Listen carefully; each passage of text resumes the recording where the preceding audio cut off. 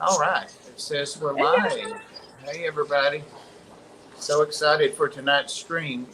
You guys know we've got Mitchell Broome back. He's up on the top row up there in the middle. And he's going to do a part two. And he's going to feature how he works and how he maintains all of those 150 tanks. So, real excited to see that and hear about that and see some more fish. We got a few people out just because of the holidays and the holiday weekend and the summer. So it's going to happen. We're not going to have all 10 people here probably. We did once or twice, but I'm kind of keeping a lookout for Susie Q, but she was having, like Didi said, an awesome stream. And sometimes you just can't break off right at the minute, you know. So, um, Mitchell, welcome. And I've learned a little more detail about Mitchell and can introduce him a little more accurately this time. He lives outside of Atlanta, like north of Atlanta, so on the way to Atlanta for me.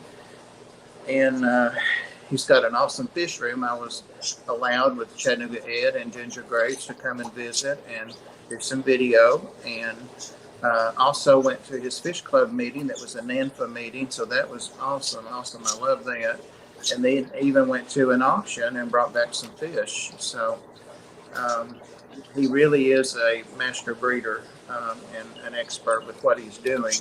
So, and what you told me about those fish, the rock dwellers, was very true, Mitchell. And do you know I lost all those fish? Lost them. So, but the other guys, the cyclosomas, are going like gangbusters.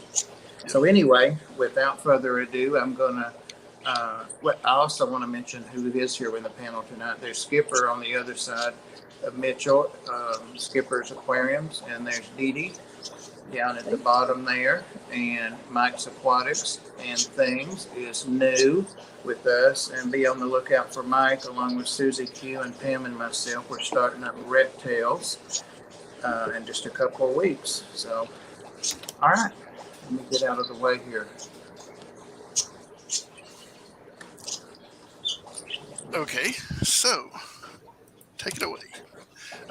So last time I was here, I talked a bit about the actual fish that I keep. I tend to do like a lot of rare and unusual sorts of things.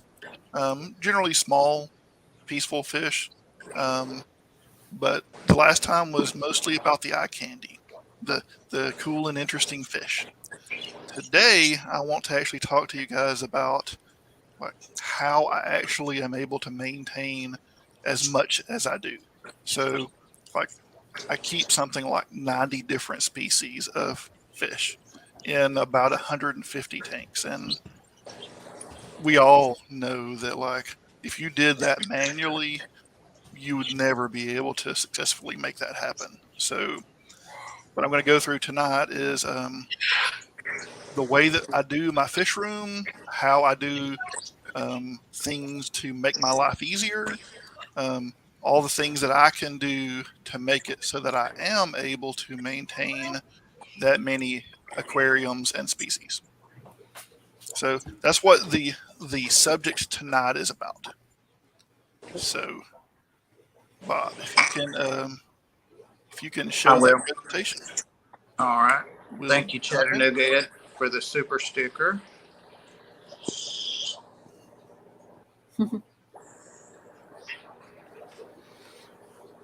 Okay, so That's cool. what, how, and why? So for me, I am a very detail-oriented, technical kind of person. I I not only want to know like make something work, but I want to know like why it works. So when you start doing research and you find different ways that different people are doing things, yes, I want to actually possibly make that work, but I want to know why it works for them so that I can tell if it's actually going to work for me or if I can tailor things to better fit my needs. So I am very much a why kind of person. So that's a lot of what I want to get through to you guys tonight. Not just because you're going to see a lot of what I'm going to go over is the common stuff that you're going to see in videos everywhere about how to do fish rooms. Some of it has my specific flavor of how I do things, but I want you guys to understand why you do some of these particular things. So that's what I'm shooting for tonight. Like I said, I do rare, unusual, uncommon species. So this week I had a few first-time spawns for some pretty rare cories. So just a little bit of eye candy. I have Fuller Eye and Reynolds Eye spawned for me this week. So got to show a little bit of fish when you're talking about fish. Right. So tonight I'm going to show you guys, I'm going to hit these major topics, like about what my room kind of looks like, some of the reasons that I do things because of the way the room is done, and then some of the real common topics about these sorts of things. So I guess it would be better to call it a fish rooms or fish basement or something. It's a little more than a room. It's basically like one large room and then a few small rooms beside it. And because it's like that, there are things that I have to deal with. So just some highlights. It's about 850 square feet. In all of my tanks, I have about 3,000 gallons of water total and lots of different racks, a main drain. So my basement is unfinished, and I have the luxury of having one of the rooms was stubbed out to be a bathroom, but it's not actually a bathroom yet. So I'm able to actually take over the actual drainage from it and the water lines, which makes my life so much easier.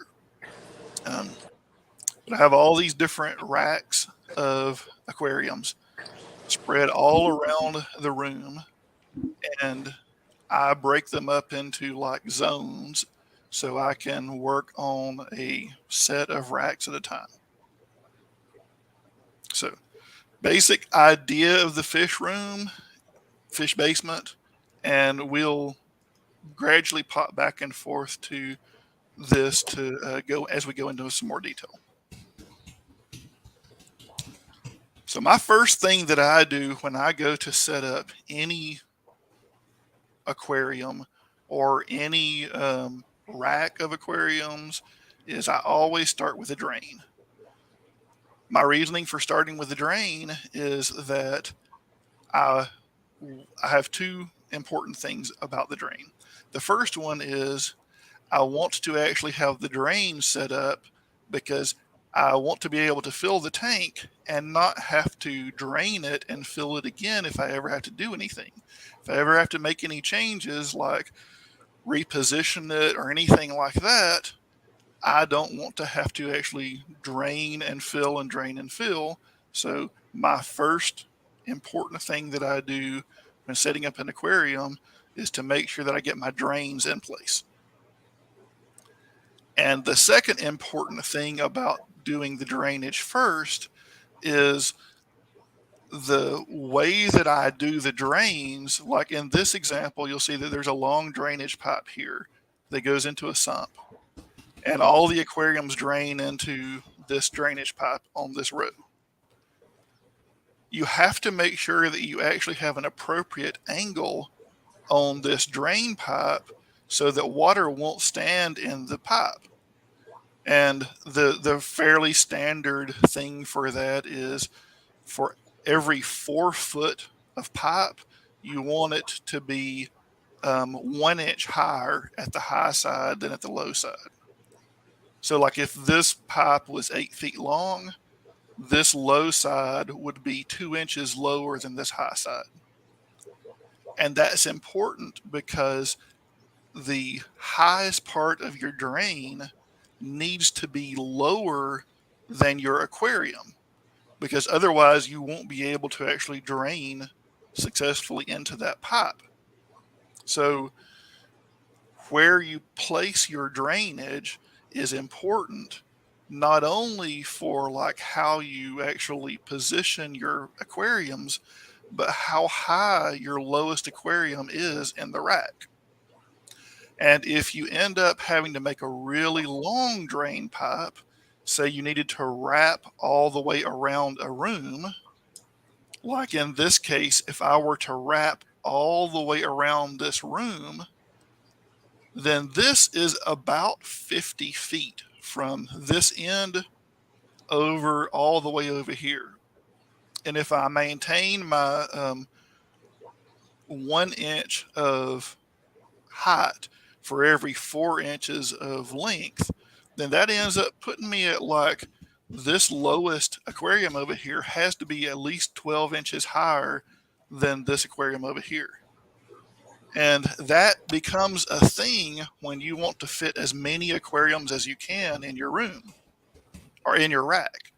Because if this is up high because the drain is super long, then that means you're going to have less room above it to work. And if it's very high, then you're not going to be able to have more aquariums above it. So drainage is an important thing, and that's the reason I start with drains.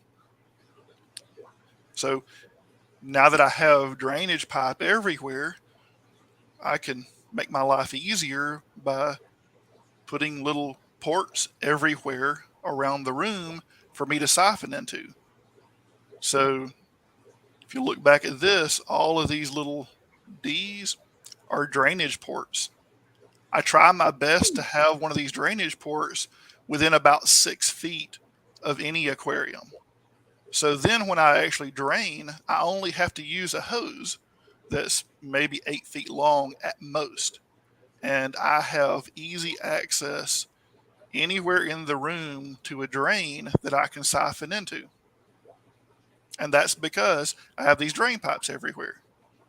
They're already for the aquariums. I'll take advantage of that and make it for my life to be easier too. And I make a big fitting on here so I can actually pour water into it, not just siphon into it. So I can like dump a pitcher of water into that drain. Other important things about drains. I drill all of my tanks.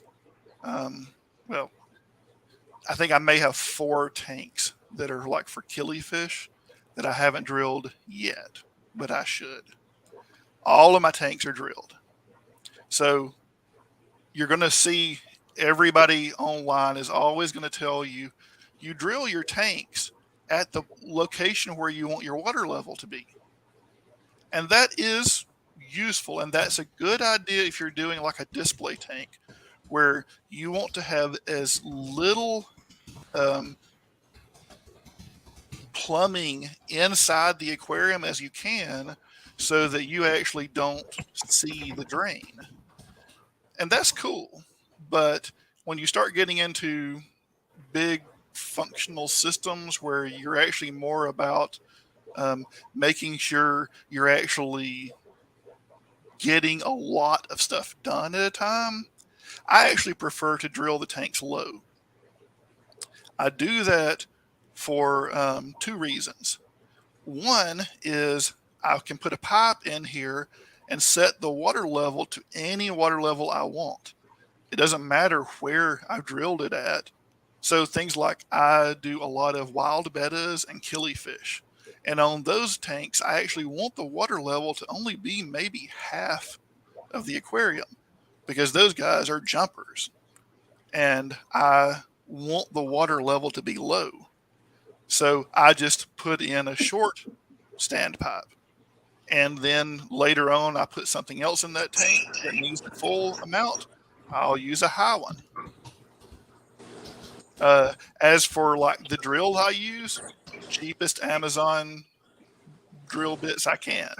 And I get them in like 4 packs because I don't go for the expensive ones. It's that whole thing of like, I can buy 4 cheap ones for the cost of 1 expensive one. And those 4 cheap ones are actually going to last me longer than that 1 expensive one.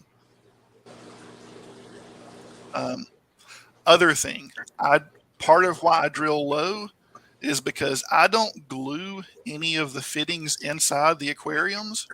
So say I want to actually drain about half of the water in all of these Cory tanks because I want to do a big water change, because I want to do a cold water change to try and get them to trigger. What I do is I go through here and rotate the drain pipe down to about halfway and just do that on all of the tanks I want to drain and go about my business doing other things. When the water level has reached that low, the drain stops. I come back through and rotate the drain pipe back up to where I want the water level to be, fill the tank up. So I don't have to actually do anything special to drain half of the water out of an aquarium. All I do is rotate the pipe down to halfway and come back later and rotate it back up. So that's the other reason I drill low on an aquarium versus high, is because I don't have to do anything special to drain however much water I want. I just rotate the drain. What else? So there are some places where I can't use, in this layout, I have this main drain for my basement because that was a bathroom. And it's over here and it basically covers this half of the room. But this half of the room is so far away from it that I do have to put sumps in a few different places. So my sumps are cheap plastic containers with a sump pump in them, and I use one of these float valves, and I can set it to whatever height I want it to and let it pump off to the drain. So I use, like, these are the hoses I use for water, for siphoning out. Just regular old garden hose or plastic or vinyl hose. A magic plumbing thing. So all of my tanks, when you see all of these pipes that are the drains, none of these are actually glued. I don't want to actually glue these because I may need to remove this tank, and I don't want to have to cut my PVC pipe away just to remove it. So earlier you see all of these pipes. None of these are actually glued together. PVC is actually a really good friction fit. So as long as it's not under pressure, it generally is not going to leak on you. But there are some manufacturing differences with PVC, and sometimes you will get a drip. Enter this thing that's called fuse tape. Fuse tape is like a silicone rubber tape that you can actually stretch and wrap around a pipe, and it actually seals onto itself. And it lets you actually close off a leak on a fitting like that. But if you ever want to take it apart, you just cut the tape off. So fuse tape is your friend. You can get it on Amazon. There's lots of different brands for it, but basically it's like a sticky rubber tape. And that lets me not have to glue all of my fittings if I do have like a small leak because the friction fit didn't work. So that's basically high level of my drains. If I have to, I'll do a sump in an area. Anywhere I actually do a sump like that, I also do these little Wi-Fi water leak detectors. So I actually will get an alarm if the sump ever overflows. So this will alarm to my phone if anything ever goes wrong with it. So now I got drains solved, I need to actually fill it with water. So you can disregard the red section here because that is my RODI system that I don't really hardly ever use. But the rest of it is my water filter system. So to automate all of the stuff that I'm doing, I can't do things like treat water, like with water conditioning. It would be a real pain to use something like Prime or Safe or any of the water treatment things, because I'd have to have a big enough container to store enough water to do a water change on all of my aquariums. And every day I change about 10% of the water in all the aquariums. So that about 3,000 gallons of water in my basement, I change at least about 300 gallons of water every day. And that would not be very practical for me to have big holding containers for just 1 day of water change. So I actually use filters to remove the chlorine mostly out of my aquarium, out of my tap water. So I have hot water coming in, cold water coming in, and I use this magic little device called a thermostatic mixing valve. You can get versions of this that are like digital electronic devices that are expensive, will cost you $1,000 or so, really high end, nice things. Or you can get a low end one that is very analog, dirt simple, cost maybe $100 or so. And what this thing does is it lets you actually set a temperature, and it will combine cold water and hot water to meet the actual temperature that you're actually shooting for. So during the summer, when my water coming out of the tap is 80 degrees like it is right now, it won't mix any hot water into it. But in the wintertime, when my tap water is coming in at like 42 degrees, it'll mix enough hot water together with that 42 degrees water to get me out right around 78-degree water. And I don't have to go back and change this. I have not changed this actual setting in maybe 5 years. And it's doing this automatically for me over the course of the seasons as the temperature changes on my tap water. So now that I've got about 78 degrees consistently coming through the system, I get into my filter system. So I only have to deal with chlorine, thankfully. Chlorine is super easy to deal with because you can actually use regular carbon block filters to remove chlorine. If you have to shoot for like chloramine, then there are filters that you can use to remove chloramine, but you'd have to do your research on that. I don't know them offhand. But carbon blocks will remove chlorine for you. So I go into a generic set of whole house filters. So I have a sediment filter to remove particles, and then carbon block filters. Every month, I take the second carbon block and move it up to the first and replace the first one with a brand new carbon block, and it goes into the second one. And I switch out the sediment filter. So every month, I move the second one forward and put a brand new one in as the second one. Carbon block filters are like super cheap, and this allows me to not have to even really do anything with treating water. So I can, if I need to. I have like Safe available and Prime if I ever need to, but I have all out of the tap basically treated water with just some regular old whole house filters and carbon blocks to remove chlorine for me.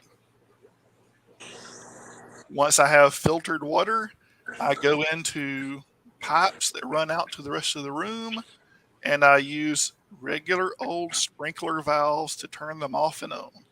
So these are the same sprinkler valves you'll see on um, the lawn sprinkling systems, but you can use them inside your fish room too. I have a central one that I use as a caution, a backstop, that this one turns off the water to the entire basement. And then when I'm out at an actual rack, I have a valve on each of the individual racks to actually turn the water on for that rack. So my central one is my just in case. I can turn off all the water to the room with turning that one off.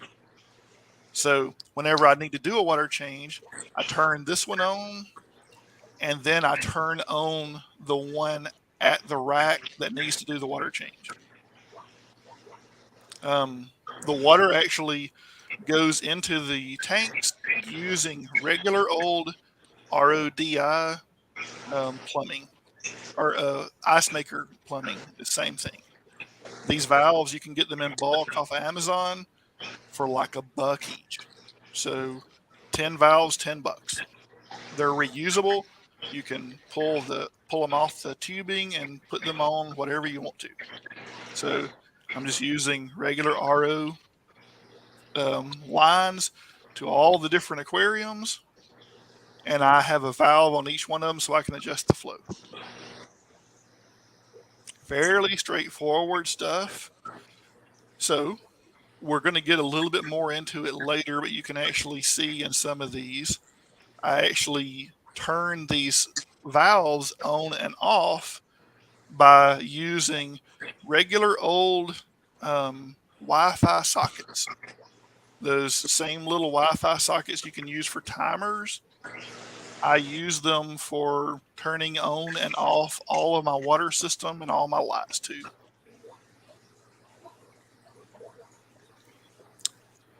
What else? Oh, another nice thing is all of the aquariums are actually independent from each other, and they all drain into centralized drains, but none of the water is recirculated. So if I ever need to like medicate a tank, I can turn off a valve on any tank, and it becomes an independent thing that I can do medications for. And then and sometimes I'll actually turn off a valve because I want to actually trigger a spawn on some fish. So some fish actually need effectively dirty water to trigger them to spawn. So I actually can turn off the water valve on a given tank and let the water actually get gradually more and more nasty. And it's independent from all the rest of the systems. That's nice. And then when I want to turn them on, it's just a local valve on each aquarium. I saw a question. We've had a couple, Mitchell. The first one was, is there a specific type of tank or brand of tank that you prefer to use when you're drilling? Of tank, I Yes. use the cheapo Aqueon per gallon Petco specials. Used to Okay. be per gallon, now 50% off. Thankfully, I've basically got my room maxed out, and I don't Yeah. really often need to buy new aquariums, so I haven't been hit too bad with that price increase. But I use the regular off-the-shelf, mostly 20-gallon long aquariums that you can get from Petco, Pet Supplies Plus, those sorts of things. Oh, okay. And the one you probably saw is Jimmy P said, did Mitch keep track of the amount of money that you put in this room? So that's one of those things of, I think that would make me sad if I did that.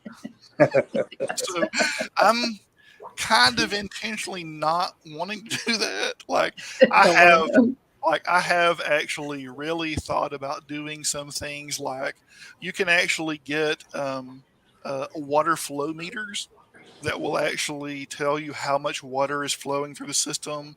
So you can actually work it back up through your bill and things like that.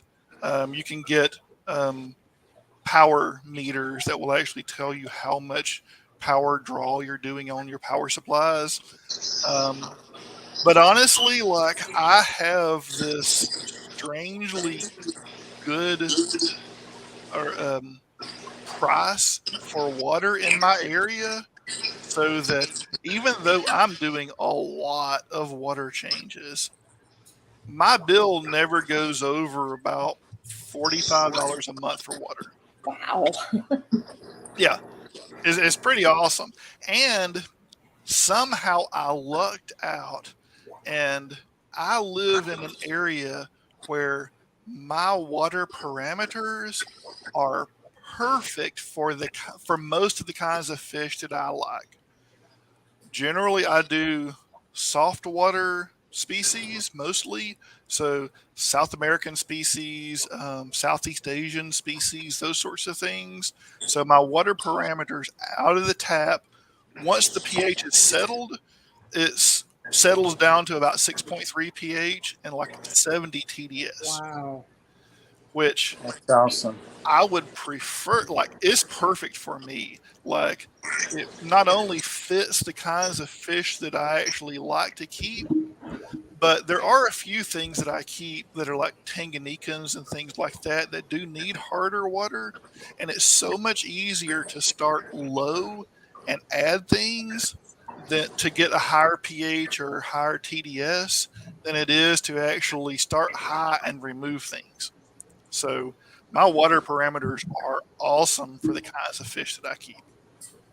Another question that was asked earlier, and but you answered it while you were talking, is if carbon removes chloramines, and you Oh, yeah. talked about that. Yeah. There are specific filters that you need to get if you're going to actually need to remove chloramines.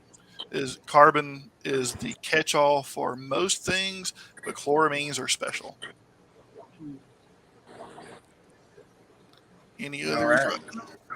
I don't see anything else right now. Here's one. Anthony just put one up. It's like, Yeah. what do you use to harden your water? Crushed coral in bags. Oh, And I like I was talking about earlier, I only change about 10% of my water every day. I don't do big water changes, because if I were to do a big water change on an aquarium where I was trying to harden the water back up for Tanganyikans, then I would end up removing so much of the work I've already done to leach out the hardness and the pH back into the water that I would start getting fluctuations up and down. So I go for a lot of smaller water changes rather than a few big water changes. And that's that's part of the reason why something as simple as crushed coral actually helps me out.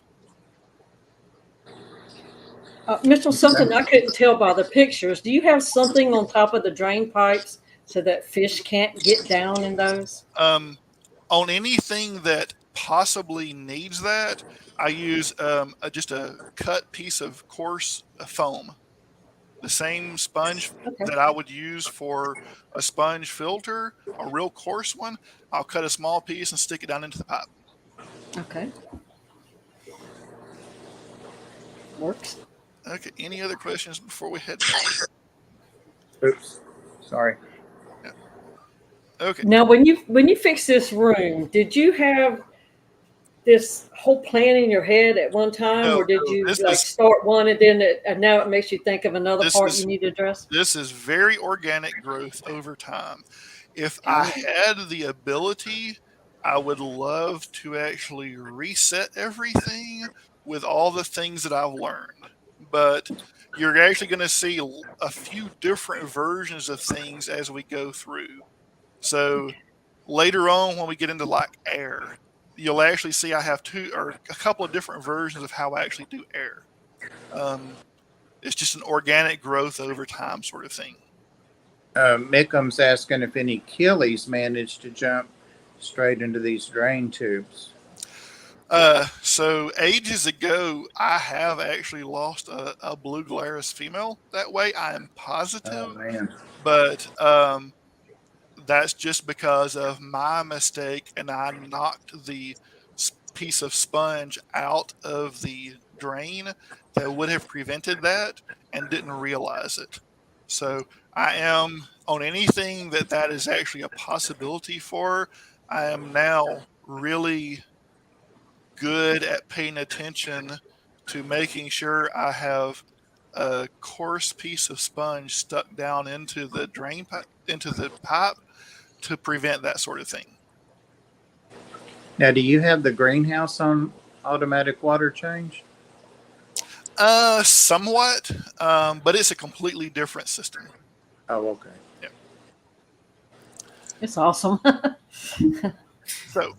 So now that I have water everywhere to fill the tanks, while I'm at it, like I did with the drains, let me actually put connections in a few different places so I can have a hose that is filtered water.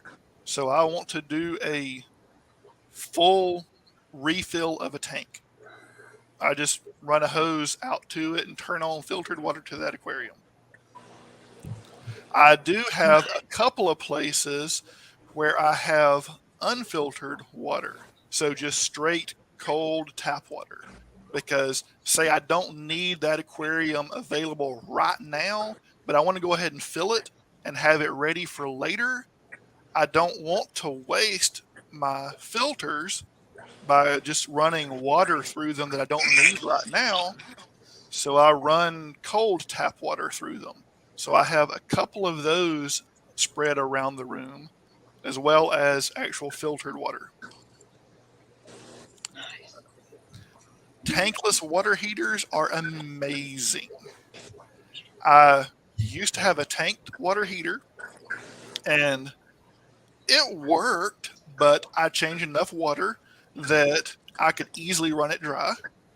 So I ended up having to do things like change different sections of the room throughout the day so my tanked water heater could fill back up and get back up to temperature.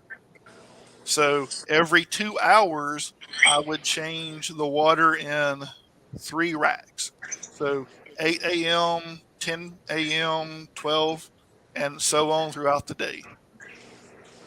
When my tanked water heater finally gave out on me early in the year, I replaced it with a tankless water heater.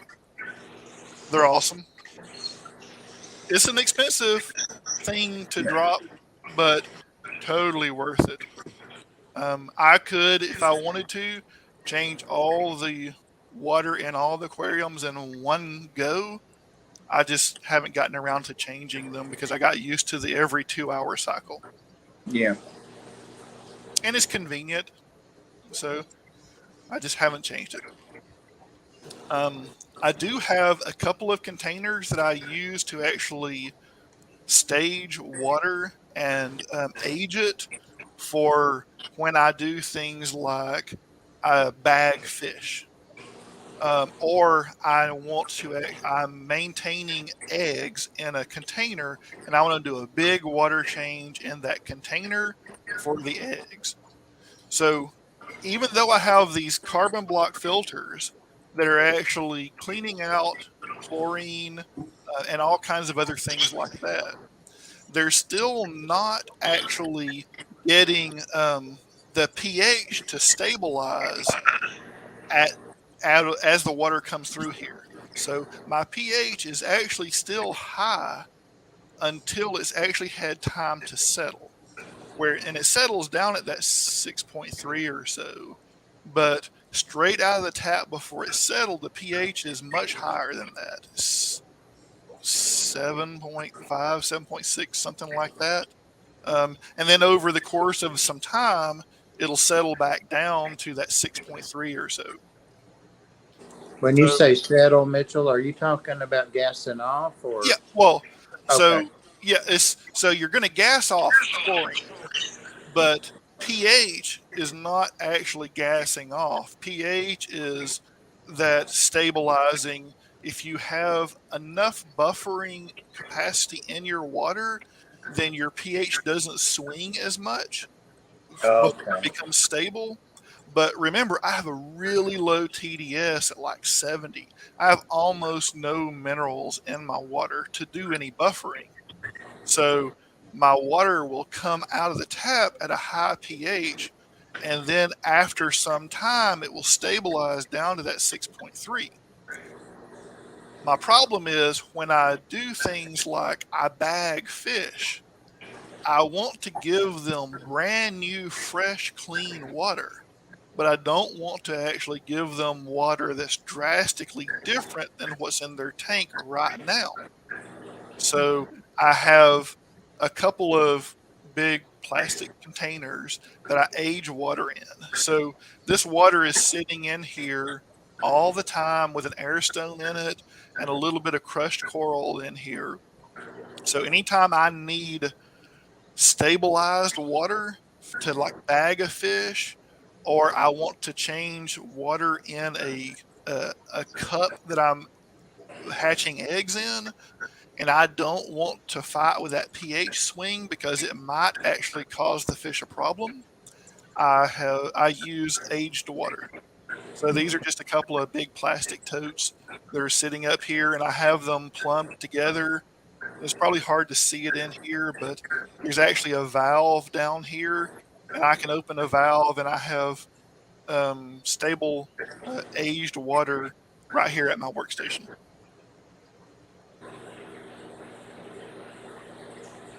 Okay. Air. Air is one of my things that I have actually changed over time. Talking about that organic growth kind of thing. All of my filtering is done with sponge filters, and it basically always has been. But how I do air has actually changed. So I run like 150 tanks, and almost every tank has two air-driven sponges in them. So I have a couple of different big linear piston pumps that are running air throughout my room. I do have a few hang-on back filters that I basically only use for pleco tanks, and only so it can actually help me get the debris that plecos produce out of the water easier. Sponges are great for filtration, but they're not great at mechanical filtering. So I have some hang-on back filters that I use for plecos because they produce a lot of poop. So as you get into like looking through how people do air in fish rooms, you're going to inevitably run across the concept of an air loop. So what an air loop is it is a pipe that runs around your room, and you attach your air pump to it, and then wherever you need air, you put these little air valves in, and you run an airline off of it. Really standard sort of thing. You're going to actually see everybody say that when you're doing a fish room, you actually want to do an air loop. We'll hit heat in a minute, Mike, but I heat the room, not the tanks. So you're going to see everybody says you do an air loop. Air loop. That's the way you do air when you're doing a large install. And everybody will tell you, okay, so you run your air loop, you put it up high, and you run all of these valves off of it for each of your different filters. But nobody ever tells you really why you do that.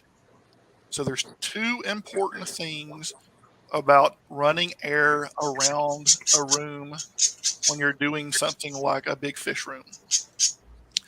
The reason for an air loop. So say I had an air pump stuck on the end of this pipe, and this end of it was actually capped off. because I only needed a fairly small number of outlets because I don't have a whole lot of tanks yet.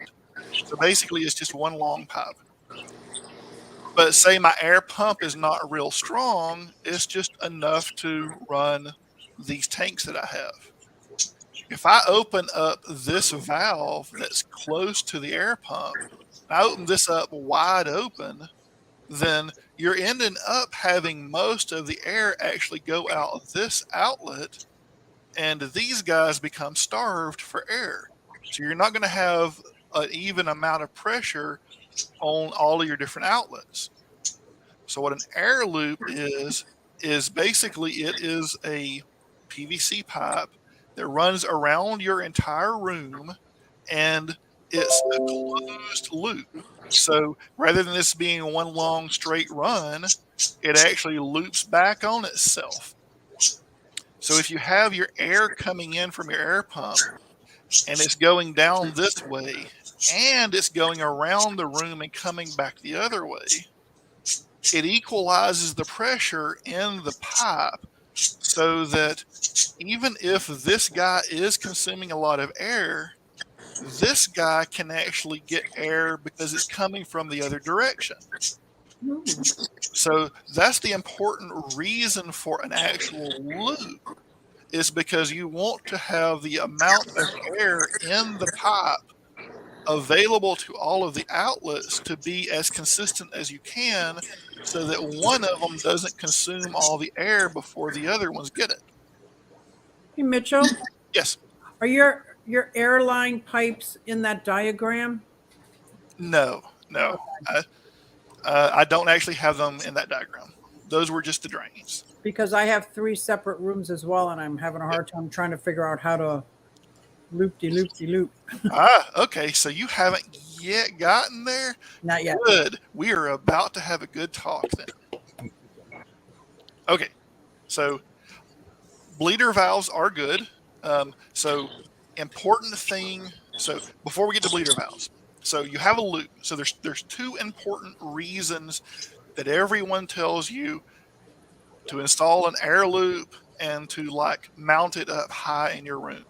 So the loop is there to equalize the pressure so that you don't have one tap consuming all the air that the others could have it consumed. The other thing is that the reason everyone tells you to mount the air loop way up high in the room, like this is running like just under the ceiling. They tell you to mount it up high.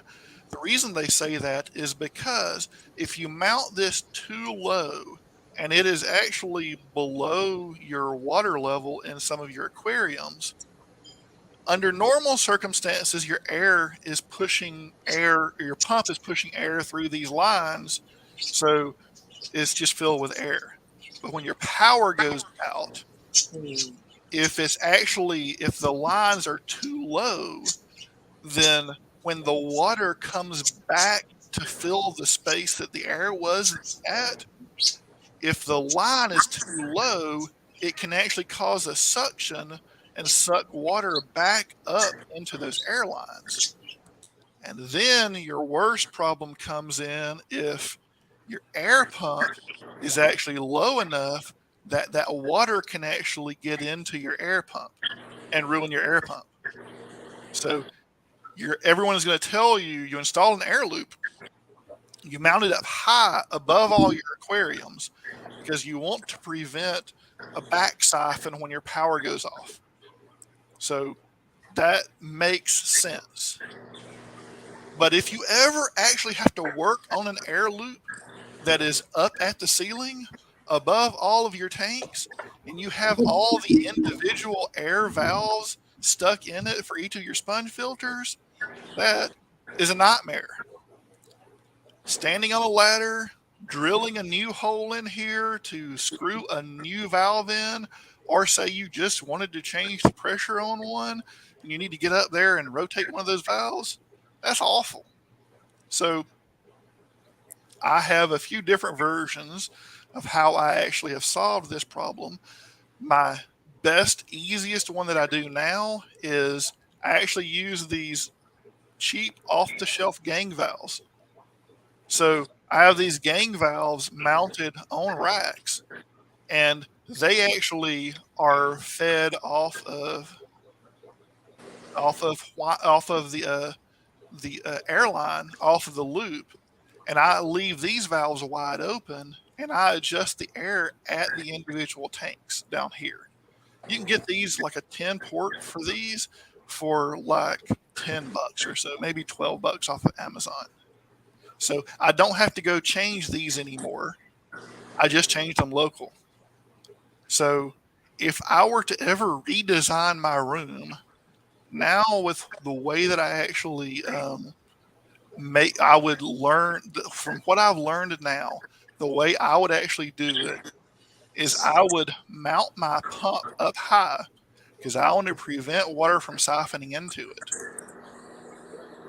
I would run my air loop down within reason so I can actually reach it, because as long as the pump is high enough, it prevents water from getting into the pump. I would run the loop down within reason where I can reach it rather than having to climb over the top of racks. And then I would run these little the gang valves on each of my racks. And then I can adjust these however I want to. So if I were to ever redesign the way that I do air, that would be the way I would do it. Loops are great. Mounting it up high has its reasons, but it also has its drawbacks. So that is my one quick thing. Do you have one airline going to that gang valve, or do you have 10 airlines going to that gang valve? So it depends on how much air I need at a given area. These gang valves have open ports on either side. So in this particular example, I just have one line feeding it off of the loop. But I have a few other examples where I actually run two. I have two different ones that go into each end of this from the loop. And then all of the individual valves are to the sponge filters. Okay, thank you. So that's my take on air. Air loops are important for a reason, but the way that most people install them makes it hard for you to actually work on them. Okay, my lights. We're probably going to diverge from the way most people do lights because I make my own lights. I use off-the-shelf LED strips with dimmers and power supply, a central power supply. So I put them together myself. So I make 10 high power LED lights for about $9 each. And I do them in groups of 10. And my power supply, the power supplies that I use, can run 30 or 40 different LED lights. So I only run a few power supplies, and I buy all of these parts off of Amazon. Plug them together. As long as you're comfortable with it, it's great. A lot of people might not be comfortable with making their own lights, but that's how I do it. Are they waterproof strips? No. Okay. I mount them up high, away from the top of the tank, so it's got very little chance of getting water on them. But yeah, they are not waterproof. So I have maybe 4 actual aquarium lights, maybe 3 shop lights, and all of the rest of the lights that I use are the ones I make. Wow. It's cheap enough to have a whole lot of light. Oh yeah. Now they're not like high-end planted lights. Yeah. They will do just fine. They'll grow mosses and things like that, no problem. Do the airline. Airlines don't need to be the same length. the loop helps even out the pressure in the pipe that's feeding all of them. So that's part of the if you have those little small low powered pumps, those you might have problems with getting the air evenly distributed to all the different air loops or all the different sponge filters.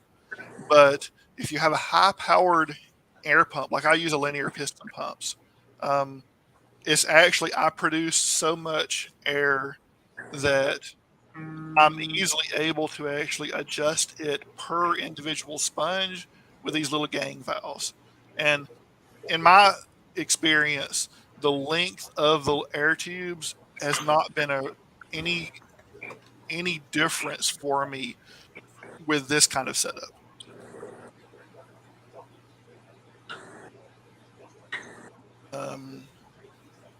Yeah, so I make my own lights. Probably not the thing that most people will do, but I'm just very comfortable with it. I've done a fair amount of electronics in the past, but this is simple stuff. This is, if you've seen those long flexible strips of LED, this is the same thing. It's just a higher density of them, and it's mounted on a little rigid piece of aluminum instead of being that flexible plastic. Same kind of thing. So yeah, these are higher powered 6K Kelvin LED strips.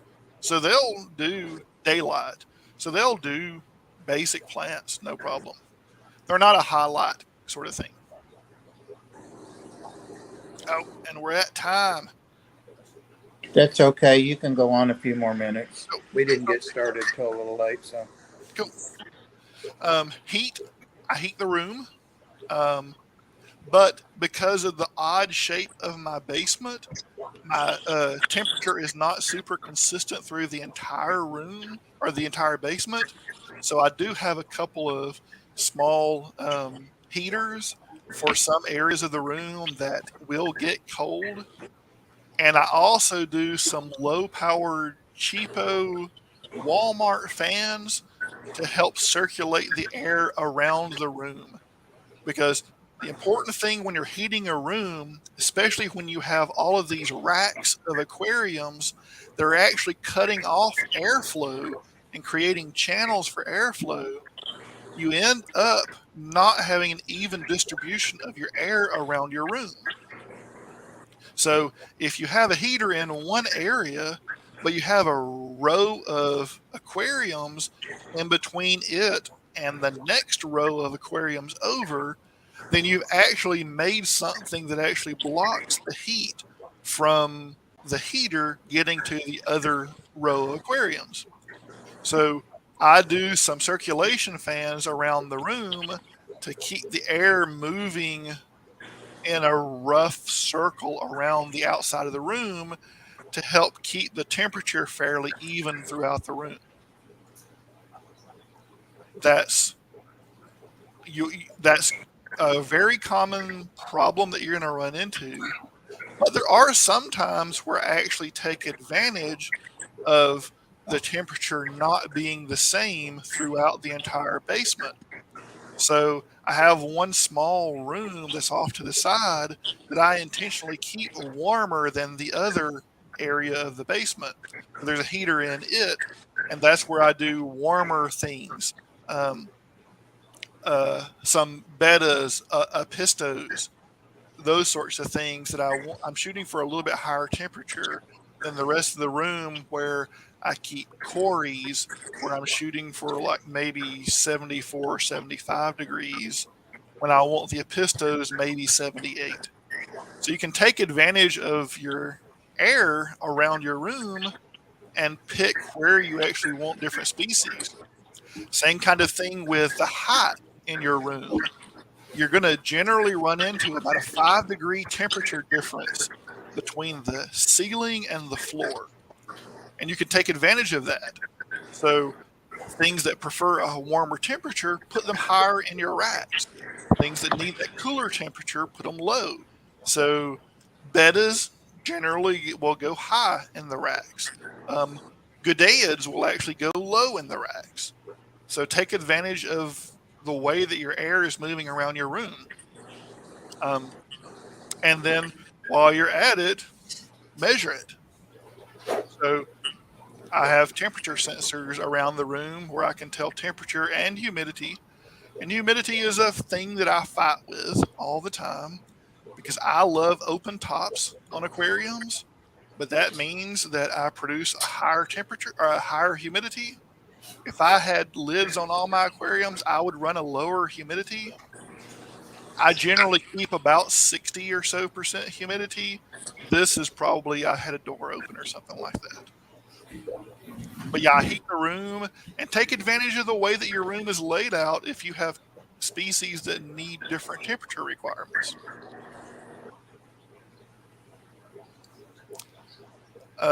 Automation, like I said earlier, I use these little Wi-Fi sockets, and I use an Amazon Alexa to actually automate everything. So earlier I said I do water changes every 2 hours. 10 a.m. water change. Turn on my main valve, turn on zone 4, wait 6 minutes, turn off zone 4. Turn on zone 5, wait 6 minutes, turn off zone 5. 12 p.m., I do the same thing with the next set of zones. It just rolls through that, and I use Alexa just to turn on these little cheap off-the-shelf Wi-Fi sockets. These things are awesome. They're super cheap. They'll turn on and off whatever you want. I happen to use an Amazon Alexa. You can use whatever you want to make that happen. There's so many different options for those things now.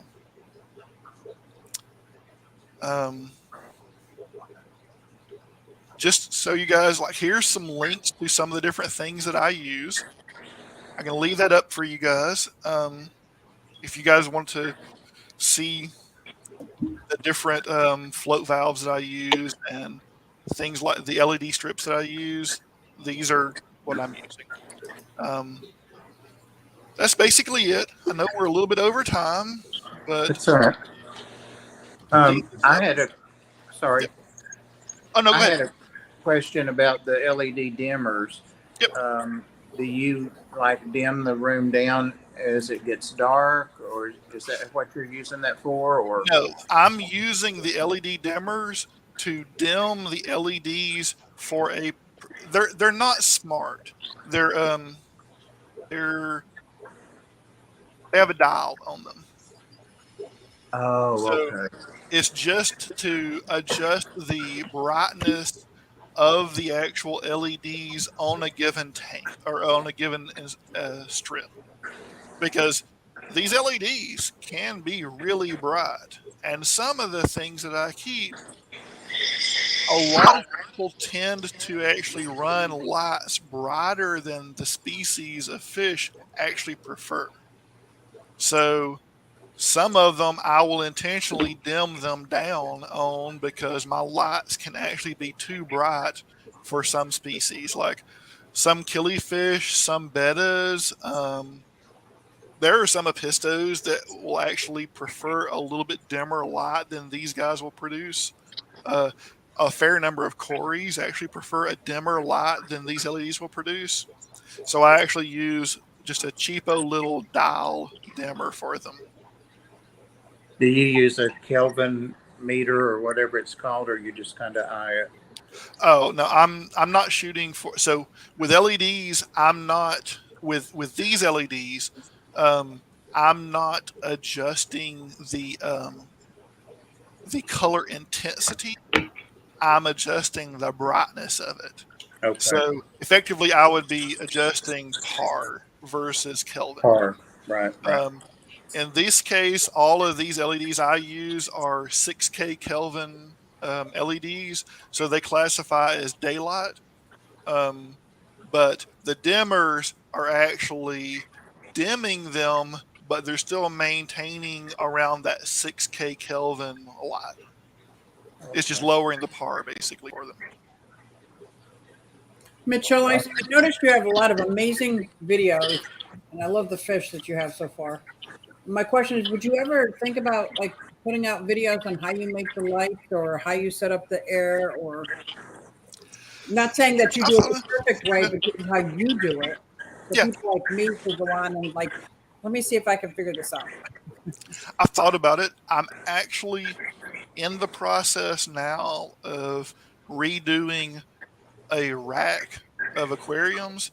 I'm changing a rack of aquariums from 9 10-gallon aquariums to 6 20 longs. Okay. So I've actually got everything ready to do that. And I've actually thought about just going through basically my entire build up process for a rack. Okay. This is how I make the rack. This is how I actually do the drains for the aquariums. This is how I do the lights for them. Those sorts of things. So I have actually thought about that. Now I just got to actually do it. Cool. I think it'd be very helpful. Yeah. For a lot of And again, like, this is my take on it. right. It's all about people's comfort level. Yep. I want to make sure that people don't think that you have to do things Right. the way I'm showing them because that's the way they're supposed to be done. I'm showing you what I do because of my comfort level with understanding how things work and how it works with me. Right. I would hate to get into a situation where somebody wanted to do something, they had it set up, but they were afraid of it or were not comfortable enough to be able to like go away on a weekend and not be stressed out of, is this going to break while I'm gone? Right. No one should ever do that sort of thing and not have enough comfort level Right. that they can step away for a while and not be afraid that something will die on them. Right. Well, my whole channel is based on this is my experience. It's not how to do it. This is how I do it. Yep. So I get what you're saying. But when you were talking about drilling the tanks and having the pipe down below so that you can like move it like that, Yep. my old local fish store, Martin's Aquariums, used to do that. And he was amazed that most fish keepers drill the top of the tank because this, he said, drill the Yep. bottom. Like little things like that. It's nice because if I'm watching videos on how to drill my tank, I'm watching 35 videos. I want to see how 35 different people do it. And the way you set up your fish room, it was just bells were going off left and right. I'm like, yeah. Yeah. It's one of the problems I run into with like watching those 35 different videos. Most of them show you like a lot of the times it's people that are doing it for that first time and they don't have that experience to know how it's going to turn out. And a lot of times they don't give you the follow-up videos that say this worked for me or this didn't work, I need to do something different. So I'm shooting for people understanding why I do things, not just try and mimic what I'm doing. Understand why so you can actually know, does this actually make sense for you? Yeah, you can always modify something you've told us as long as we get the same result. That's what's important. Yep. Now, Mitchell, you said that sometimes you need to change the pipe on the inside of the tank for different heights. Yep. So you don't have that glued in either on the inside? Nope. And it don't ever leak that way? Or is that when you might would have to use the silicone tape? It's very uncommon. As a general rule, PVC follows really good specifications. And the fittings and the pipes are very close tolerances. Ever so often, you will run into something that's slightly off that will leak some. But one of the nice things about if it does leak inside the aquarium is it's going into your drain. So it's not the end of the world as long as it's not leaking so fast that it's actually draining the aquarium. A leak on the outside that can cause a drip onto like your floor or something like that, that's when I do potentially bring in that tape that actually will seal it up. But anything on the inside, as long as it's not a noticeable decrease in the water level because it's leaking so fast, I just write it off. If it does become so fast, then I'll actually change out whatever is wrong with it. I'll change out whatever that fitting is to get one that wasn't so far out of spec that it did leak a lot. Do you have to air condition down there? Yeah, so I have a mini split HVAC system.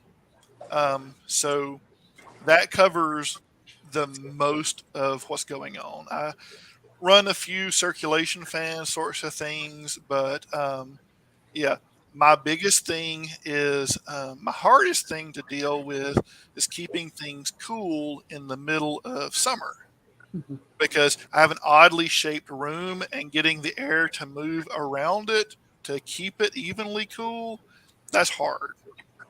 Heaters are super easy in the winter because I can just put a heater in some area and heat that cool part of the room. But keeping things cool is an actual hard thing. So I actually have circulation fans that go around the room, and I have a mini split HVAC system that is used to try and do my best to keep the temperature as moderated as I can. I have another question about your sump. Since you don't recirculate your water, what is the purpose of the sump? You know, like we clean and then put the water right back up in our top. Yep. What's the point of it? Is to get it out of the way. So back to let's see, my diagram. Bob, can you show my Sorry. diagram? No problem. So this is the diagram of my room. I have a floor drain in this area because this is stubbed out for a bathroom. So I have a floor drain here. And basically this whole end of the room can drain into this floor drain. But I don't have any floor drain on this end of the room. Oh, okay. So what I use the sump for is it pumps back across the room into the drains.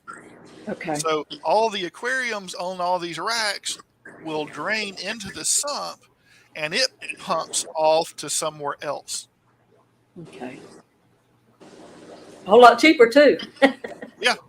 Like you can get $1 versus 30. Yeah, you can get these sump pumps for like 40 or 50 bucks or so. Oh, yeah. They're not, a sump pump is not designed to have continuous use. So you don't have to get the high end ones that would be constantly circulating water like in an aquarium. Those are the same sump pumps that you have to like drain the sump on a boat or a house's sump, because some houses actually have like a sump well that they need to drain out. It's those sorts of things, what they call gray water. So those guys don't have to be constantly going.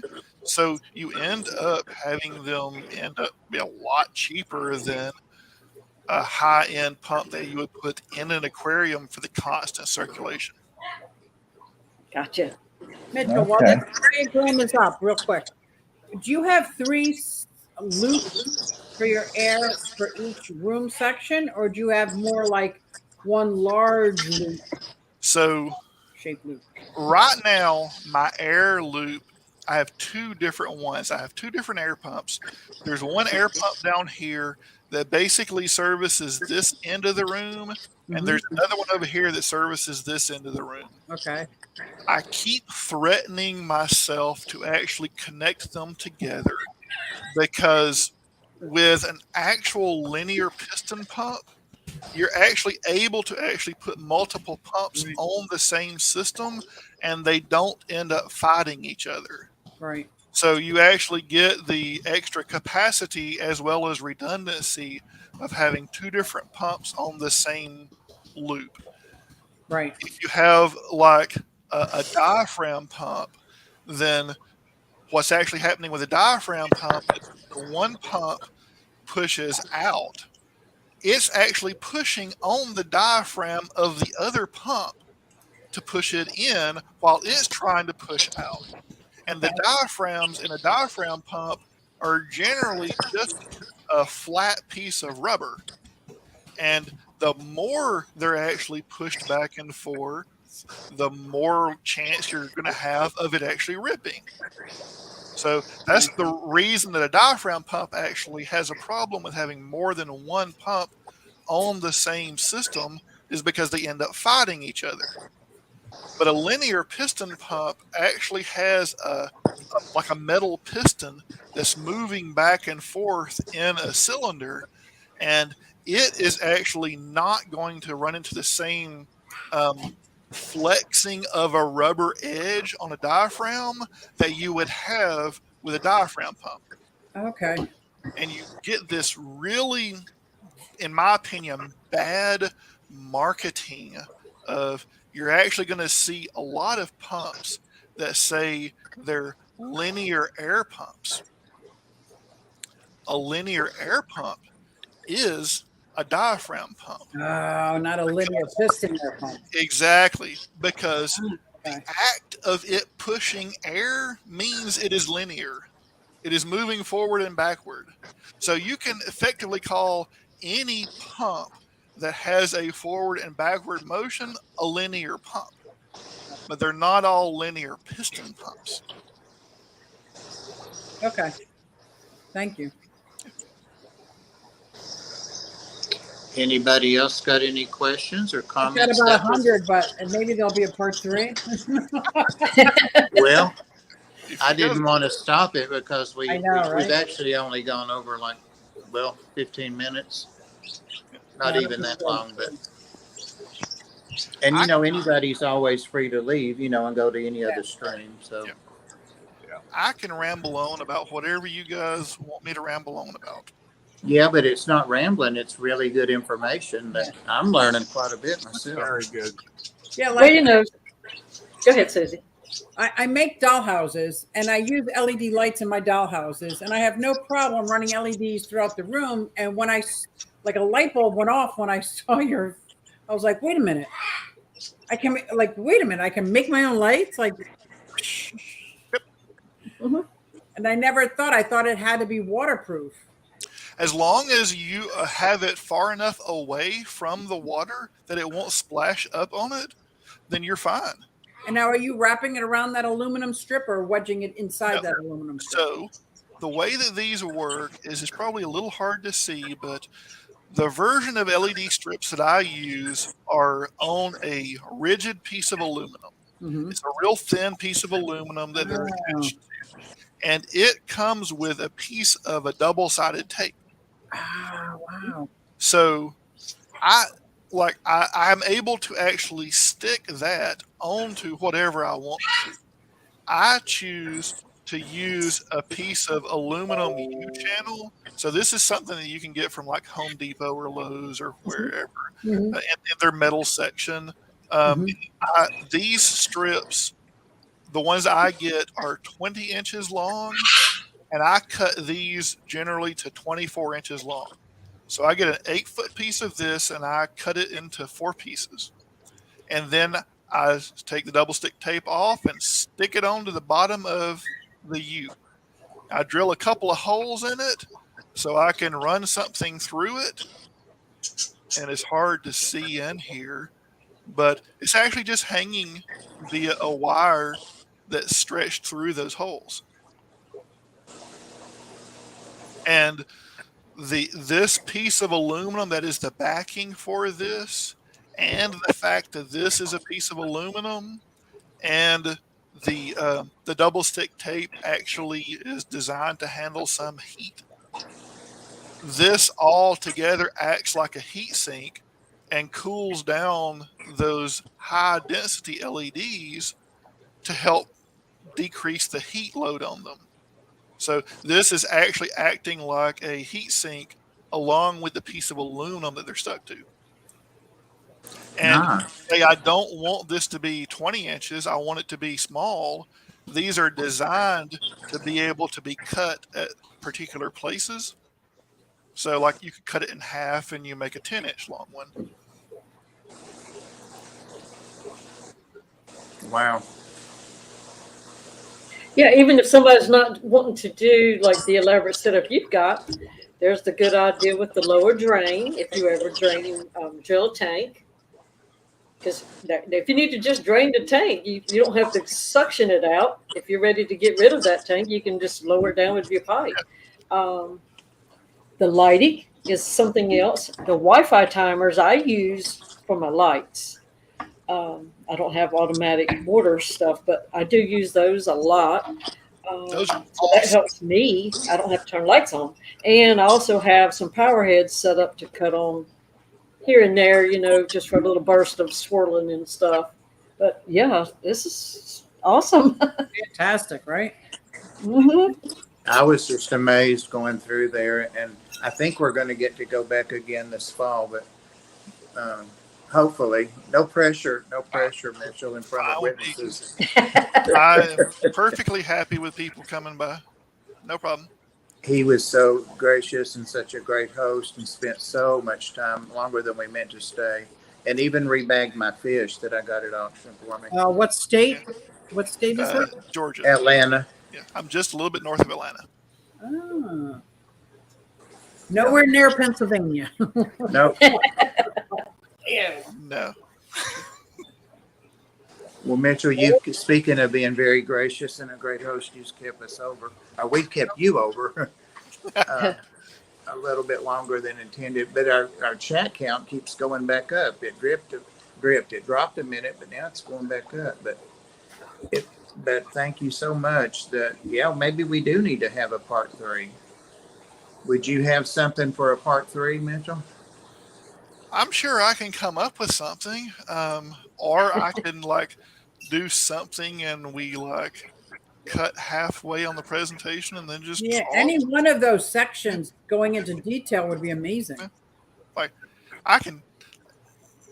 We can go over whatever specific subjects that anybody wants to talk about, or we can just leave some of the time for us to just talk with questions. I'm fine with that too.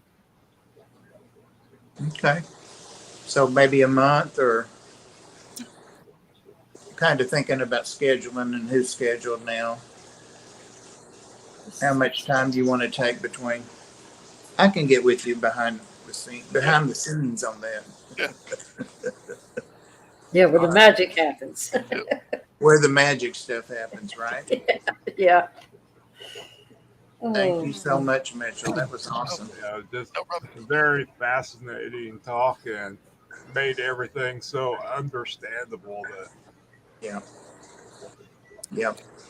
That is what I want to get out of things. I don't want to just show people, do this. I want you to understand why these things work and why they might not work for you. Yeah.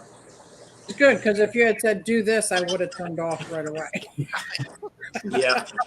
It's a little stubborn that way. And that's one thing about it. We watch others and see what they do. Like I did I have them with piston pumps too, and I watched Susie install hers.